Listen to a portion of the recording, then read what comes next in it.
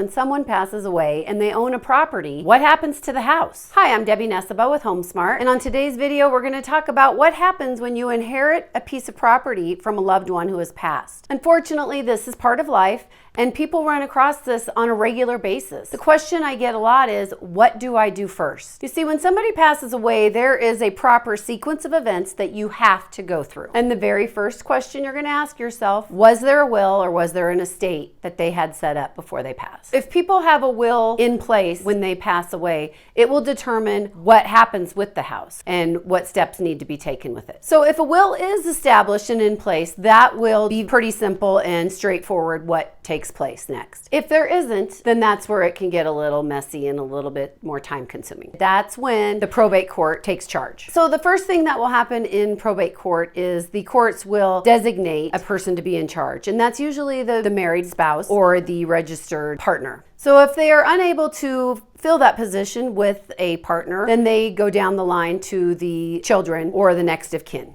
So it is the executor's role to be in charge of settling that estate and being the one in charge of selling the home. So you can see, if this isn't in writing, if there's not a will in place, there are a lot of extra steps that you wouldn't have to if there was a will in place. So if you find yourself being that executor or the one in charge, it is going to be your responsibility to take care of the following: collecting all the necessary documentation of the deceased's death, notifying proper governmental departments and administrations, taking inventory of their assets, settling debts, and keeping track of all. So when it comes to the real estate, the first thing you're going to need to do is get an appraisal and see what the property is worth and see if there's any debt on the property. So the difference between the appraised value and what is owed is what the equity is going to be, or the takeaway of those that are in the will or the next of kin. So the heirs or the beneficiaries of the property can also decide to keep the home. And in that case, they would need to either assume the loan or refinance it into their own names. So on the other hand, if the plan was to liquidate the property, the steps would be the same as selling any other real estate. So you would hire a realtor or have the probate court assign you one, and you would go through the normal steps of selling a home. So the difference is, if you don't have this all written out in a will and it has to go into probate court,